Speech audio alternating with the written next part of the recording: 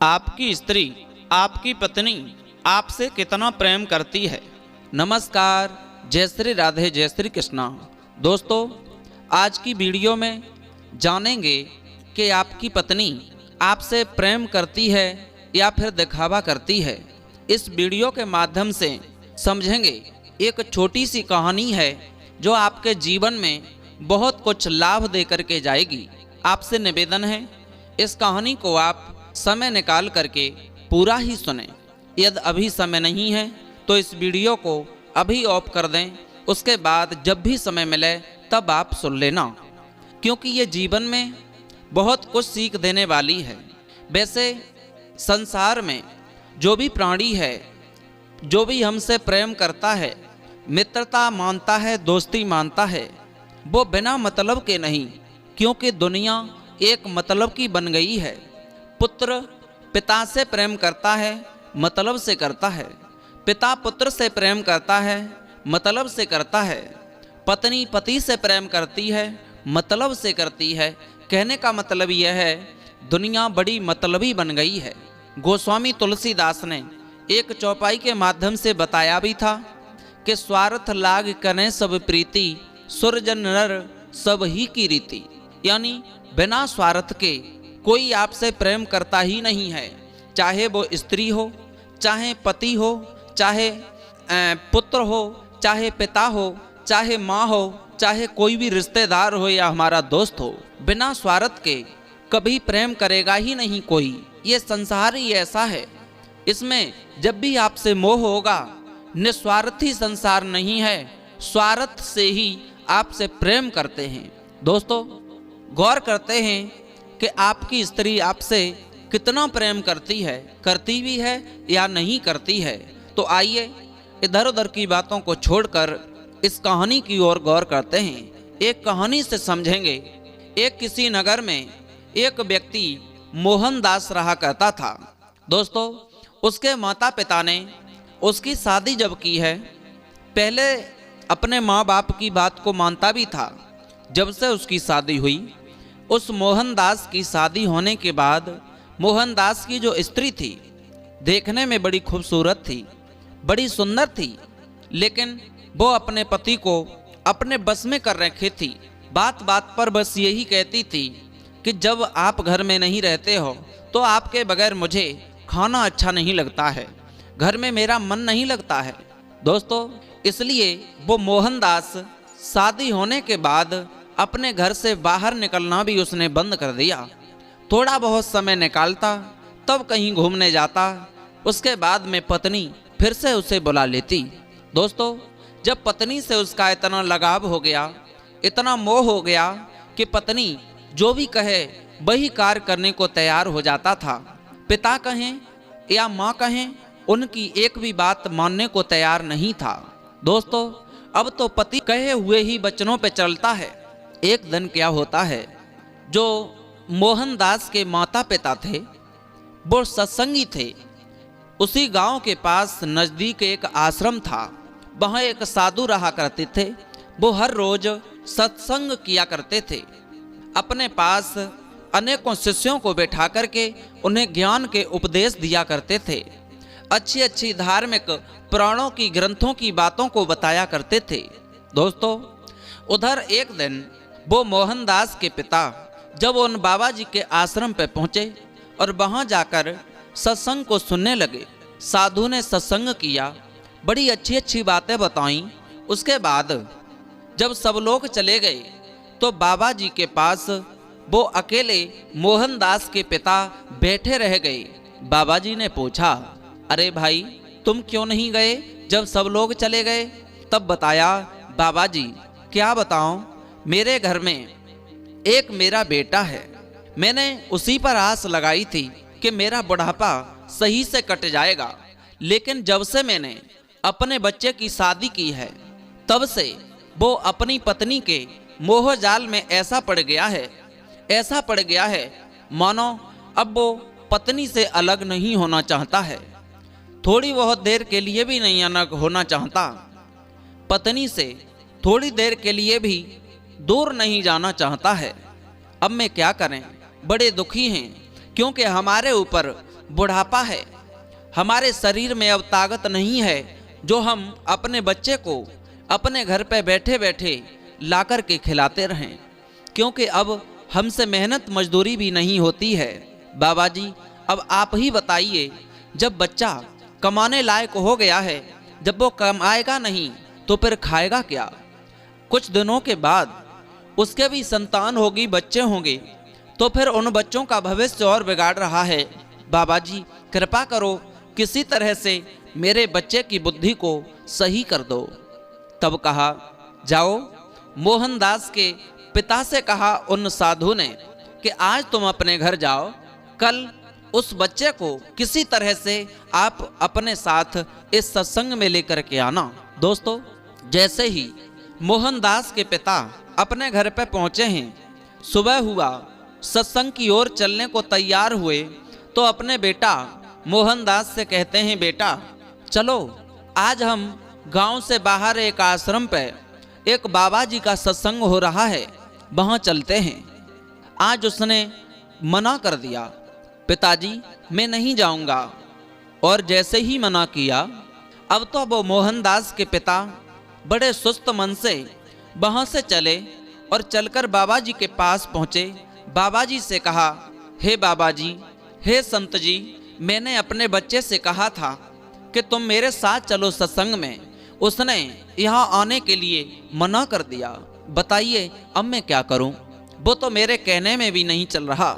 दोस्तों, उसी वक्त उन संत जी ने समझाया मोहनदास के पिता को, आप चिंता न करो, आज हम तुम्हारे साथ चलते हैं। दोस्तों, सत्संग होने के बाद जब मोहनदास के पिता के साथ में वो बाबा जी चल कर के उस मोहनदास के घर पे आए, और जब घर पे आए तो मोहनदास के पिता ने कहा, बेटा अरे वो बाबा जी जिनके सत्संग में हम तुम्हें लेकर जाना चाहते थे, आज हमारे बड़े सौभाग्य हैं, बड़े हमारे अहोभाग्य हैं जो हमारे घर पे ही ऐसे विद्वान पुरुष संत स्वयं चलकर आए हैं। बाबा जी से आशीर्वाद प्राप्त करो, बेटा अपनी पत्नी से कह करके इन्हें भोजन करवाओ। दोस्तों, आज उस बच्चे ने, उस मोहनदास ने उन बाबा जी को जाकर के प्रणाम किया, और प्रणाम करने के बाद अपनी पत्नी से कहा, बाबा जी के लिए अच्छा सुंदर सा भोजन बनाओ। दोस्तों, बाबा जी को आज पत्नी के द्वारा भोजन बनवाने के बाद उस मोहनदास ने भोजन कराया। उसके बाद जब बाबा जी चलने को तैयार हुए तो मोहनदास पास में खड़ा हुआ था। तो बाबा जी ने कहा, बेटा अरे ये जीवन कितना अनमोल है, क्या तुम्हें नहीं पता? एक एक क्षण हमारा यदि बीत रहा है तो हम बहुत बड़ी भूल कर रहे हैं। इसलिए जो हम परमात्मा से वादा करके आए हैं, क्योंकि ये मनुष्य का शरीर हमें ऐसे नहीं मिल गया, बहुत सारे हमारे पुण्य हैं, उस पुण्यों की वजह से ये हमें मानव का शरीर मिला, और परमात्मा से हम वादा करके आए कि आपका हम भजन करेंगे, आपका हम सत्संग श्रवण करेंगे, हम किसी जीव को नहीं सताएंगे, अपने माँ बाप गुरुजनों की बात को मानेंगे। तो बेटा तुम भी हमारे सत्संग में आया करो, जितना समय हो उतनी देर आया करो। तो वो मोहनदास कहता है, बाबा जी सत्संग में आने के लिए मन तो मेरा भी करता है, लेकिन मैं बड़ा मजबूर हूँ। क्यों? क्योंकि जब से मेरी शादी हुई है तब से मेरी पत्नी मुझसे इतना प्रेम करती है कि मैं पत्नी के बगैर कहीं जा नहीं सकता। उन बाबा जी ने कहा, पागल मत बनो, जिस पत्नी के ऊपर तुम इतनी बड़ी भूल कर रहे हो, एक पत्नी के पीछे अपनी जिंदगी को धोखा दे रहे हो, उस परमात्मा के कहे हुए वचन को भी नहीं निभा पा रहे, तो फिर आगे चलकर ये मानुष का शरीर नहीं मिल सकता। इसलिए मोह करो, प्रेम करो पत्नी से, उतना नहीं जितना तुम कर रहे हो, क्योंकि अब हम तुम्हें बताएंगे तुम्हारी पत्नी जो तुमसे प्रेम करती है वो सच्चा प्रेम है या दिखावा है। उस मोहनदास के दिमाग में बात आई, हो सकता है कहीं ये मेरी पत्नी मुझसे दिखावा का प्रेम तो नहीं कर रही। चलो बाबा जी कहकर गए हैं, मैं उनसे जरूर मिल कर के आऊँगा। दोस्तों, सुबह हुआ, जब बाबा जी ने अपने आश्रम पर सत्संग शुरू किया, उधर जो मोहनदास था वो चल कर के उन बाबा जी के आश्रम पे पहुंचा है और वहां पहुंच करके उन बाबा जी ने कहा, बेटा तुम इस सत्संग में क्यों नहीं आना चाहते? जवाब दिया बाबा जी, जो बात मैंने घर बताई थी वही बात सत्य है, क्योंकि मेरी पत्नी मेरे बगैर जीवित रह नहीं सकती, मर जाएगी। इसलिए एक भी पल वो मुझसे दूर नहीं रहना चाहती, क्योंकि उससे मुझे प्रेम है और मुझसे उसे प्रेम है। इसलिए बाबा जी ज़्यादा देर नहीं, आपने कहा था इसलिए हम चले आए, थोड़ी बहुत देर सत्संग अवश्य श्रवण करेंगे।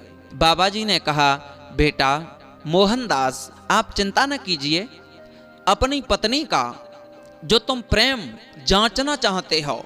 मोहनदास बोला, हाँ बाबा, बस मैं इसीलिए तो आया हूँ। आपने कहा था आपकी पत्नी आपसे सच्चा प्रेम करती है या दिखावा, तो आप मुझे बस ये बताओ कि मेरी पत्नी मुझसे दिखावा करती है या सच्चा प्रेम करती है। तब बताया, ये कोई इतनी जल्दी बताने वाली चीज नहीं है, तुम्हें हमारे सत्संग में कुछ दिनों के लिए आना पड़ेगा और जो हम बताएं वो तुम्हें करना पड़ेगा। बोले ठीक है, अब मैं ये आजमाइश करूंगा, मेरी पत्नी मुझसे कहीं दिखावा तो नहीं करती, अब मैं रोजाना सत्संग में आऊंगा। दोस्तों उधर वो मोहनदास जो था उन बाबा जी के सत्संग में रोजाना आता जाता है। बाबा जी उस मोहनदास को प्राणायाम की विद्या सिखाने लगे, यानी सांस रोकने वाली विद्या। काफी दिन जब हो गए उसे सत्संग में आते, लगभग 8-10 दिन बीत गए। उसके बाद उससे ट्राई कराया मोहनदास से, तो मोहनदास ने वो प्राणायाम सही किया, यानी अपनी सांस को काफी देर तक रोके रहा। दोस्तों बाबा जी ने कहा, अब तुम चले जाओ, अब भले ही सत्संग में मत आना, अपनी पत्नी की तुम आजमाइश करना। कैसे? बाबा जी ने सारी हकीकत बताई कि अपनी पत्नी को अपने साथ लेकर किसी नदी के किनारे और स्नान करने जाना।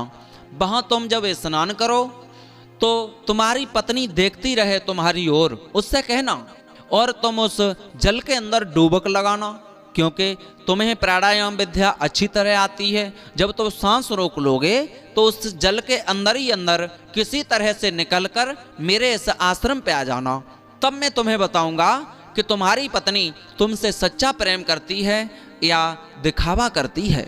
दोस्तों आज उस मोहनदास ने ऐसा ही किया।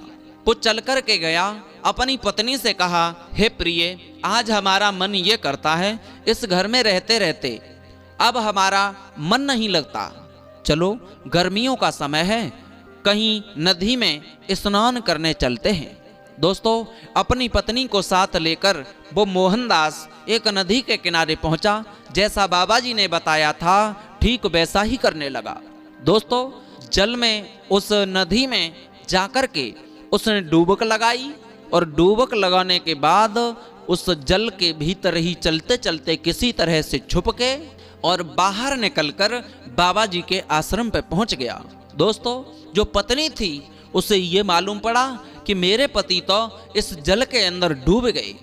काफी देर तक इंतजार किया, अन्य लोगों को और को भी बुलाया, उसने सब पे ढूंढवाया, यानी ये खोज लगाई कि हमारे पति इस जल के अंदर डूबे हैं, उन्हें ढूंढ के लाओ। और देखा तो पत्नी रोने भी लगी, उस समय कष्ट भी हुआ।